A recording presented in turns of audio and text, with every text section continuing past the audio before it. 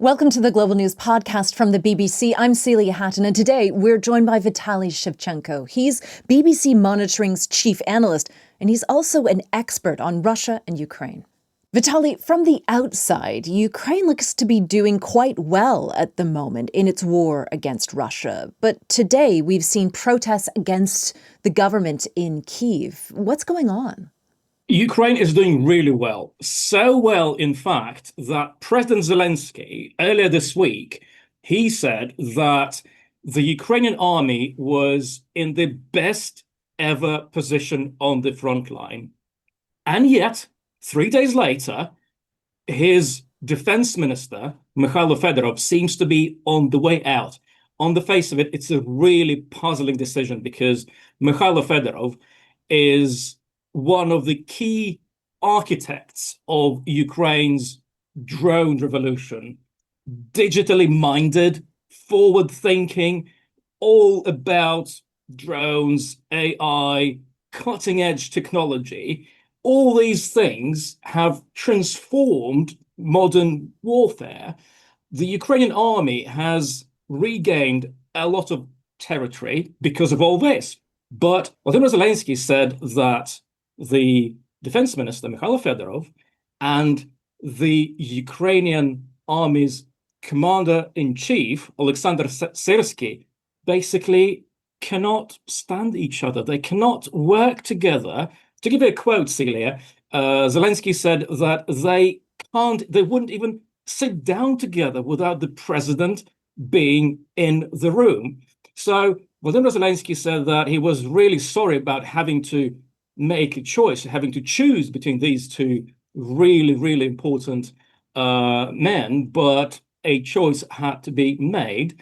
And it looks like he's chosen Alexander Syrsky, the commander-in-chief, over Mykhaylo Fedorov, the defense minister. Now, Mykhaylo Fedorov also gave a news conference earlier today, and he was scathingly critical of Alexander Syrsky. He said that the commander-in-chief of the Ukrainian army was busy causing divisions in Ukraine rather than finding ways of defeating Russia.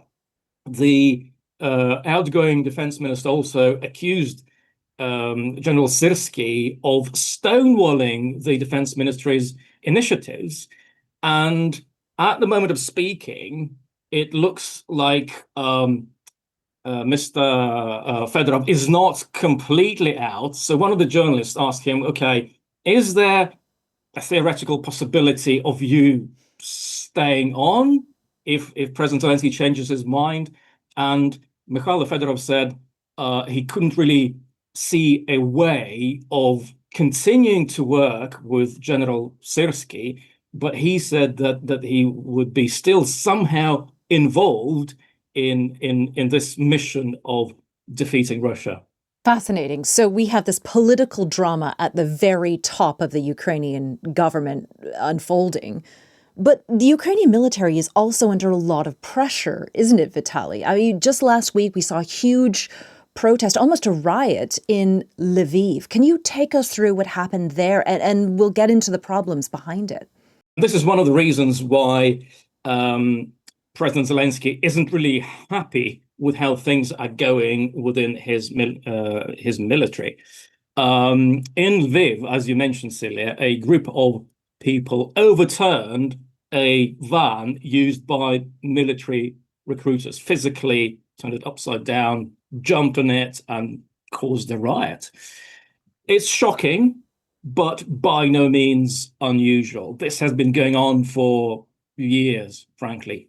Ukraine is struggling to recruit more people to go to the front line. It's a huge issue. And Defense Minister said that fighting should be done by machines rather than people, especially given how difficult it is for the Ukrainian military to recruit new people. So even though so many Ukrainians are, as we have seen, patriotic, they are fighting for their country's survival, at the end of the day, it comes down to a choice between life and death. Going to the front line can mean death. And not everyone, literally, is prepared to go to the front line and die for the sake of their country. So these people in Lviv, for example, they just didn't want to do that.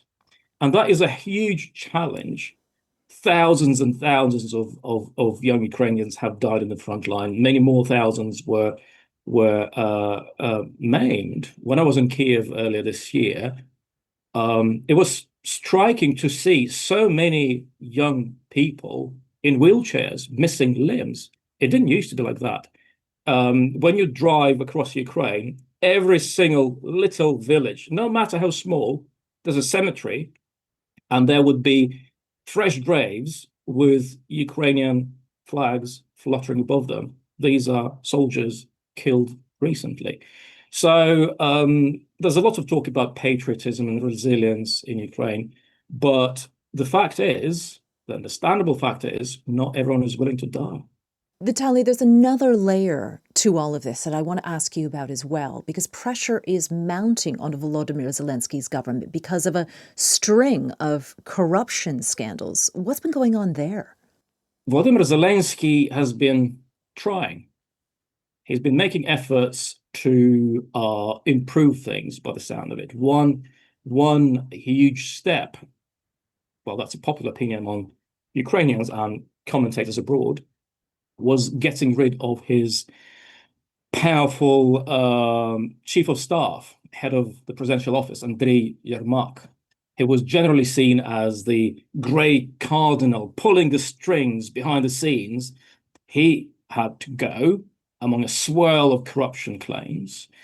And this whole government reshuffle about which we're talking today can, in a certain way, be seen as part of the same effort by President Zelensky.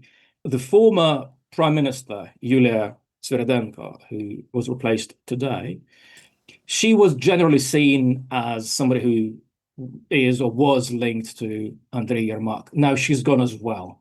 So Volodymyr Zelensky, when he's confronted with allegations of corruption, he would say, well, look, I'm doing something. I'm getting rid of various people. I'm reshuffling. I'm appointing new people.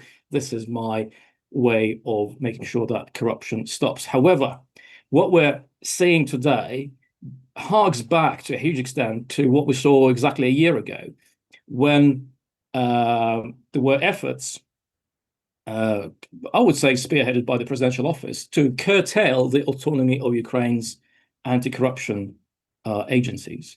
And then, just like now, protesters turned out in huge numbers in Kyiv and across Ukraine, holding up sort of simple homemade posters on pieces of cardboard. So this is what we're seeing in Kyiv today. This is what we saw in Kyiv last year. Last year, it worked. The president's office backtracked, and those anti-corruption agencies preserved their authority and independence. Will it work now? We'll just see. But to me, frankly, at this stage, it looks unlikely. And it looks like Mykhaylo Fedorov is genuinely on the way out. What about Volodymyr Zelensky? How much political support does he have, or is support amongst the public? On the one hand, he is by far the most popular politician in Ukraine. I had a look at the most recent figures, and he is well in the lead with 32% of Ukrainians saying they would vote for him again if a presidential election were to be held this coming weekend. Number two is a general that Volodymyr Zelensky sort of got rid of, Zaluzhny. And number three is the current chief of staff of the presidential office, Kyrylo Budanov. But on the other hand, it doesn't mean that President Zelensky is universally admired and revered in Ukraine. There's a huge, as we are seeing today, there's a huge share of the public in Ukraine, people who are prepared to take to the streets, and they're not mincing their words, criticizing some of President Zelensky's decisions. So these people, activists, volunteers who've been helping the army, uh, young people especially, they tend to see Volodymyr Zelensky as somebody they have to put up with, somehow get along with, work with, because they've got nobody else. And let's face it, he's been doing a reasonably good job leading Ukraine through this extraordinarily difficult time. So replacing him right now, well, I'm not sure many Ukrainians would want to do that. And the opinion polls that I've seen suggest that most Ukrainians, whether they like Zelensky or not, they're saying now is not a time to hold elections. And of course, Ukrainian law says you cannot hold elections at a time of war. Can you tell us more about that? Why have elections been on hold for so long? Well, this is what Ukrainian law has said for years. It was passed well before the Russian invasion. It wasn't that Russia invaded and Ukraine scrapped elections. No, it was always clear that under Ukrainian laws, you cannot hold elections. Why? One big reason is that Russia will most definitely try and manipulate these elections. And Russia has been so skilled in doing that for decades in parts of the former Soviet Union and beyond. Secondly, there are the practicalities of holding an election under fire, under bombs, in trenches. How do you take ballot boxes to the front line? What about the millions of Ukrainian refugees scattered around the globe? Ukraine quite simply does not have a record of where they are, where they live, and how are they going to vote. That's another practicality that makes the whole idea of holding an election right now really, really impracticable. Vitaly, when elections do come, can Volodymyr Zelensky's political career survive beyond this war? I think that's a possibility, given how well he's been doing so far. He is a bit of a Churchillian figure in Ukraine and across the world. So should he decide to run again, I think he stands a reasonably good chance. Whether he would want to do that after all the enormous pressure, I'm not sure. He's complained on numerous occasions about not being able to see his family, about how difficult this job is. This is probably the most difficult and dangerous job in the world right now. And he's been doing it for years and years and years. But we are so far away from the moment when Ukraine would be able to take a step back and start thinking in normal political terms. Parties, elections, leaders, campaigning. At the moment, this is about survival, and changes horses at a time like this. The Ukrainians say is so inadvisable they don't even think about it. However, if they think that their president makes a mistake, they are prepared to take the streets. And speaking today about these protests against the removal of the defense minister, Volodymyr Zelensky said that, well, we are fighting for freedom of speech, freedom of expression, democracy. So yeah, they are doing the right thing, protesting. So in a way, what's been going on kind of shows why he's president, what he's fighting for, even though these people are really critical against him. Some of the posters I've seen, oh my God, they're unprintable and unbroadcastable. Thank you, Vitaly. The BBC's Vitaly Shevchenko. And if you'd like to hear more from the Global News Podcast, click the link below. Thanks for watching.